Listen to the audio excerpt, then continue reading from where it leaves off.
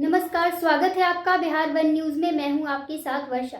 लोक जनशक्ति पार्टी के राष्ट्रीय अध्यक्ष और केंद्रीय मंत्री चिराग पासवान आज पटना एयरपोर्ट पर पहुंचे, जहां पटना एयरपोर्ट पर उनका जोरदार स्वागत किया गया। यहां तक कि पार्टी के कार्यकर्ताओं और समर्थकों ने भी उनका अभिवादन किया। राष्ट्रीय अध्यक्ष बनने पर अपनी प्रतिक्रिया व्यक्त करते हुए चिराग पासवान ने कहा कि मुझे दूसरी बार लोक जनशक्ति पार्टी का राष्ट्रीय अध्यक्ष बनाया गया है। इसके लिए मैं पार्टी के सभी साथियों और कार्यकर्ताओं का धन्यवाद करता हूं। मैं अगले 5 सालों में पार्टी को नई ऊंचाइयों तक ले जाने की जिम्मेदारी पूरी ईमानदारी और मेहनत से निभाऊंगा। यहां तक कि चिराग पासवान ने पार्टी के संस्थापक रामविलास पासवान के विचारों और सिद्धांतों को याद करते हुए कहा कि यह पार्टी मेरे पिता रामविलास पासवान जी के नेतृत्व और विचारों पर आधारित है। इस पार्टी का राष्ट्रीय अध्यक्ष बनना मेरे लिए सौभाग्य की बात है। तमाम कार्यकर्ताओं का धन्यवाद करता हूं और ये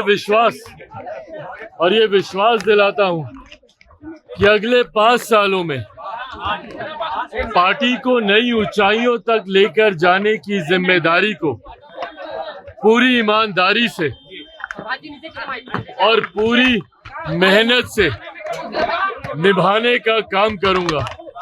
ये पार्टी मेरे नेता, मेरे पिता आदरणीय रामविलास पासवान जी के विचारों पर चलने वाली पार्टी है, उनके सिद्धांतों पर चलने वाली पार्टी है। इस पार्टी के राष्ट्रीय अध्यक्ष की पुनः मुझे जिम्मेदारी मिलना मेरे लिए जहां एक तरफ ये हर्ष और गर्व की बात है, तो वहीं ये एक बड़ी जिम्मेदारी भी है और इस जिम्मेदारी को अगले 5 सालों में पूरी ईमानदारी और मेहनत से निभाते हुए पार्टी को नई ऊंचाइयों तक और देखिए, जिस तरीके से जितनी घिनौनी ये घटना है, जिस तरीके से इस घटना को अंजाम दिया गया, ये मानसिकता दर्शाता है कि किस मानसिकता से ग्रस्त वो व्यक्ति था जिसने इस तरीके से, इस बेरहमी से इस घटना को अंजाम दिया।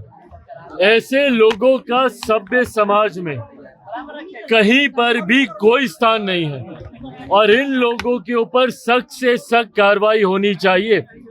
हमारी देश की राष्ट्रपति मां महिम तक जब खुद ऐसी घटना के ऊपर चिंता व्यक्त करती हैं, तो ऐसे में उन सरकारों की जिम्मेदारी बढ़ जाती है जिन सरकारों में इस तरीके की घटना को अंजाम दिया जाता है। और ये भी समझने की जरूरत है कि भाई, जिस व्यक्ति ने इस घटना को अंजाम दिया, वो व्यक्ति कहीं ना कहीं सरकारी व्यवस्था का हिस्सा बना हुआ था, जिसकी वजह से ये भी चिंता का विषय है।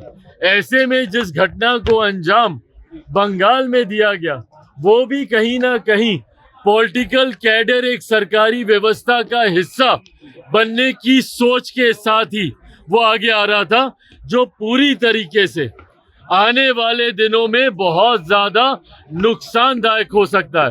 तो पॉलिटिकल पार्टियों को ये भी सोचना चाहिए कि भाई, जब आप उनको सरकारी व्यवस्था का हिस्सा बना रहे हैं, तो क्या उससे पहले उनका पूरा वेरिफिकेशन किया गया है। और दरअसल पश्चिम बंगाल में हुए लाठीचार्ज की घटना पर बोलते हुए चिराग पासवान ने यह भी कहा है कि यह चिंता का विषय है और बेहद घिनौनी घटना है। इस तरह की मानसिकता वाले लोगों का समाज में कोई स्थान नहीं होना चाहिए और उन पर सख्त कार्रवाई होनी चाहिए। हमारे राष्ट्रपति ने भी इस पर चिंता व्यक्त की है। आपको बता दें कि पार्टी में टूट को लेकर चिराग पासवान ने कहा, जो लोग बार बार पार्टी में फूट की अफवाह फैलाने की कोशिश कर रहे हैं, उन्हें समझना चाहिए कि कांच की हांडी बार बार नहीं चढ़ती। मेरे पार्टी के सांसद खुद इस बात का स्पष्टीकरण दे चुके हैं कि मेरे राष्ट्रीय अध्यक्ष चुने जाने पर उनकी सहमति थी।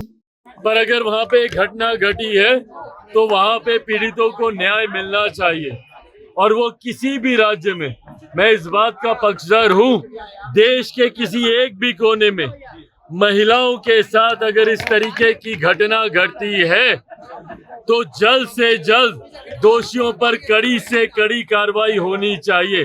पर अगर आप उस बात का उदाहरण लेकर देश को जलाने की, मेरे पार्टी के सांसद खुद इस बात का स्पष्टीकरण दे चुके हैं।